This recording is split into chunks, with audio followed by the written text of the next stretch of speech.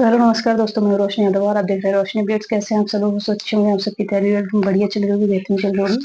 आज जो मैं अपडेट लेके आई हूँ वो लेके आई हूँ एसएससी की कुछ वैकेंसीज को लेकर के। एमटीएस ने वैकेंसीज निकाली है, फुल डिटेल नोटिफिकेशन मैंने इसको रीड आउट कर लिया है।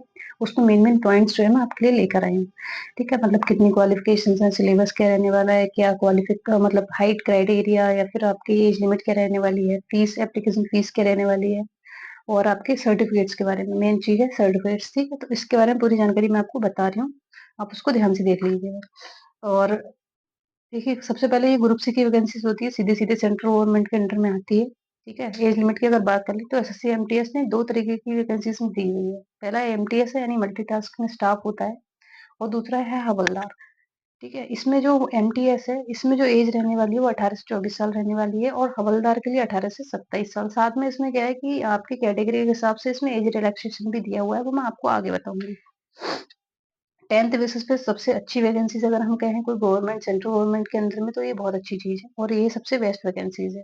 ठीक है, तो इसमें एमटीएस का जो इन्होंने प्रीवियस वैकेंसीज दी हुई है उसमें मैं आपको बता देती हूँ। 2022 में इन्होंने 11,994 वैकेंसीज दी हुई थी, 2023 में 1,377, और 2024 में 6,144 वैकेंसीज आई हुई थी, और 2025 में अभी नॉट क्लियरिफाई नहीं है, मतलब क्लियर नहीं किया हुआ है इन्होंने कि कितनी वैकेंसीज है। वैकेंसीज बढ़ भी सकती है, मतलब गणना चल रही है, काउंटिंग चल रही है डिपार्टमेंट के अंदर कितनी वैकेंसीज अभी खाली हैं। ठीक है, तो उस हिसाब से इन बाद में देंगे। तो अभी ये क्लियर नहीं है, इन्होंने फॉर्म्स के लिए बोल दिया कि एप्लीकेशन फॉर्म शुरू कर देंगे हम। और अगर हवलदार की बात कर ले, सीबीआईसी में और सीबीएन में, ठीक है, ये नारकोटिक्स डिपार्टमेंट का रहता है। इसमें 2022 में 529 वैकेंसी, 2023 में 396, 2024 में 3,429, और 2025 में 1,075। इसमें ये क्वालिफाई कर दिया हवलदार वाली पोस्ट पे। 2025 के लिए एमटीएस ने क्लैरिफाई नहीं किया है। ठीक है, और मैं आपको बता दूं, इसमें एप्लीकेशन जो ऑनलाइन एप्लीकेशन जो फॉर्म स्टार्ट हो रहे हैं वो 26 से हो रहे हैं, यानी 26 जून से शुरू हो रहे हैं। ठीक है, और इस 24 जुलाई तक चलेंगे। साथ में ये लास्ट डेट जो है इसकी वो 24 जुलाई है, और लास्ट डेट जो फीस पेमेंट की रहेगी 25 जुलाई रहने वाली है। साथ में जो फॉर्म्स करेक्शन डेट है वो 29 जुलाई से लेकर के 31 जुलाई तक रहने वाली है।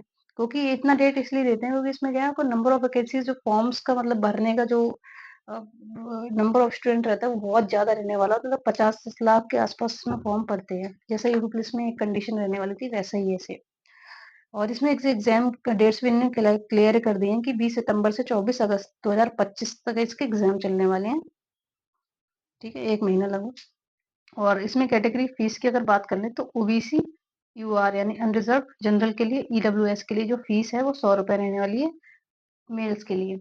अगर एससी एसटी फीमेल है, एससी एसटी का कोई भी व्यक्ति है, ठीक है, चाहे वो मेल है फीमेल है, और ऑल ऑल जो कैटेगरी फीमेल है इनको कोई भी फीस नहीं देनी है। एक्स सर्विसमैन की भी कोई फीस नहीं है। तो ये आपकी कैटेगरीज हो गई, कैटेगरी वाइज फीस हो गई। और अगर बात कर लेते हैं फिजिकल क्राइटेरिया की, तो एमटीएस में कोई फिजिकल नहीं होता है क्योंकि ये मल्टीटास्किंग स्टाफ होता है। इसमें केवल स्टाफ का वर्कआउट मतलब काम रहता है कि आपको मतलब ऑफिस में वर्क बैठना है, या आपको वर्क करना है, कि आपको कंप्यूटर का काम देखना है, ये सब। हवलदार के लिए थोड़ा सा फिजिकल क्राइटेरिया देखना होता है, और ये दोनों ही 10th बेसिस पे ही निकाली जाती है। सबसे पहले अगर बात कर ले तो इसमें कोई रनिंग वगैरह नहीं होती है, इसमें क्या चल के दिखाना होता है ना, वॉकिंग करनी होती है। तो मेल्स के लिए जो है 1600 मीटर चलना होता है पैदल 15 मिनट के अंदर अंदर। फीमेल्स का क्या है कि 16 मतलब 1 किलोमीटर का रहता है 20 मिनट के अंदर। तो मतलब सेम ही है, आप आराम से इसको बिल्कुल अच्छे से कर सकते हैं। इसमें दिक्कत आती है ना वेट में। वेट में जो है बहुत मतलब फीमेल्स का क्लियर कर दिया है कि 48 kg चाहिए, और मेल में चेस्ट का 81 से 86 सेंटीमीटर बिना बुलाए, ये इन्होंने चेस्ट मांगी है। हाइट की बात कर ले तो मेल्स में 157.5 सेंटीमीटर हाइट मांगी है, और फीमेल्स में 152 सेंटीमीटर हाइट मांगी है। एलिजिबिलिटी मैंने आपको बताई थी कि 10th बेसिस पे चाहिए होता है। डिग्री आपके पास होनी चाहिए, जब तक कि लास्ट फॉर्म की जो लास्ट डेट है उसके पहले की आपके पास डिग्री होनी चाहिए 10th की। अगर नहीं है तो फिर आप एलिजिबल नहीं है। एज लिमिट मैंने आपको बताई थी 18 से 25 साल एमटीएस के लिए, और 18 से 27 साल हवलदार के लिए। साथ में इसमें एज रिलैक्सेशन भी है। एससी एसटी की बात कर ले तो 5 सालों का, ओबीसी के लिए 3 सालों का, और अगर पीडब्ल्यूडी है यानी पर्सन विद डिसेबिलिटीज हैं तो फिर इसके लिए 10 सालों का रहने वाला होता है। पीडब्ल्यूडी अगर उसके साथ में ओबीसी का कोई बंदा है तो 13 साल का, पीडब्ल्यू प्लस एससी एसटी का कोई व्यक्ति है तो 15 साल का, उसको एज रिलैक्सेशन है। ठीक है, तो ये पूरा मैंने ओवरऑल आपको बता दिया। अब बात कर लेते हैं डॉक्यूमेंटेशन की। जाति मतलब जो जाति है यानी वो जाति का जो सर्टिफिकेट चाहिए, कास्ट सर्टिफिकेट होना चाहिए, ओबीसी एससी एसटी का मांगते हैं। और ये सेंट्रल फॉर्मेट में होना चाहिए। क्या तो है ना, सेंट्रल की मतलब जॉब है, कुछ लोग गवर्नमेंट मतलब स्टेट गवर्नमेंट का बनवा लेते हैं उनके स्टेट के हिसाब से, पर ऐसा नहीं है, इसमें सेंट्रल का ही मांगा गया है। साथ में जो आई सर्टिफिकेट है वो ईडब्ल्यूएस का मांगा जाएगा, ठीक है, यानी एससी एसटी और ओबीसी का कोई आई सर्टिफिकेट नहीं मांगा जाएगा।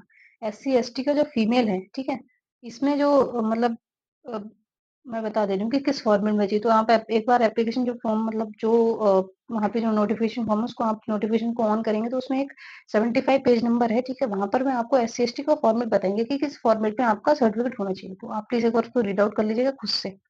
और ईडब्ल्यूएस का पेज नंबर 77 पर है और ईडब्ल्यू ओबीसी का 76 पेज नंबर पे है। तो इस फॉर्मेट को आप अच्छे से पढ़ लीजिएगा। आप जहाँ भी अप्लाई कर रहे हैं उसको एक बार दिखा लीजिएगा, भैया मुझे इसी फॉर्मेट में चाहिए, तब तो आप मुझे कर दीजिए, अदरवाइज मुझे बता दीजिए, ठीक है। सेंट्रल का सर्टिफिकेट ही मान्य है, इसमें बता दे रही हूँ पहले ही, स्टेट गवर्नमेंट का कोई भी सर्टिफिकेट मान्य नहीं है, वैलिड नहीं है, ठीक है। आई सर्टिफिकेट जो आपका जो इनकम सर्टिफिकेट होना चाहिए, आपके अदर सर्टिफिकेट है, ठीक है, मतलब इनकम सर्टिफिकेट का मेनली बात करूँ तो 3 साल का पुराना नहीं होना चाहिए, 3 साल के अंदर में होना चाहिए, ठीक है। ईडब्ल्यूएस का तो 2024-25 का ही मांगा है, यानी कि लास्ट ईयर का और 2025 का, इसके बीच का ही होना चाहिए। इनका 3 साल का कोई सिस्टम नहीं, क्योंकि इकोनॉमिकली वीक ये करेक्ट मतलब रहता है, ठीक है, कैटेगरी रहती है, तो उसमें ये हर साल अपडेशन मांगते हैं, तो इसलिए ये बिल्कुल नहीं मांगते हैं। एस सी एस टी का जो है लाइफ टाइम वैलिडिटी रहता है, उनको तो कोई प्रॉब्लम है ही नहीं, प्रॉब्लम होती है ओबीसी के लिए और ईडब्ल्यूएस वालों के लिए, ठीक है। और इसमें वन टाइम रजिस्ट्रेशन जो है वो कंपलसरी रहेगा जब आप एप्लीकेशन फॉर्म सबमिट करेंगे।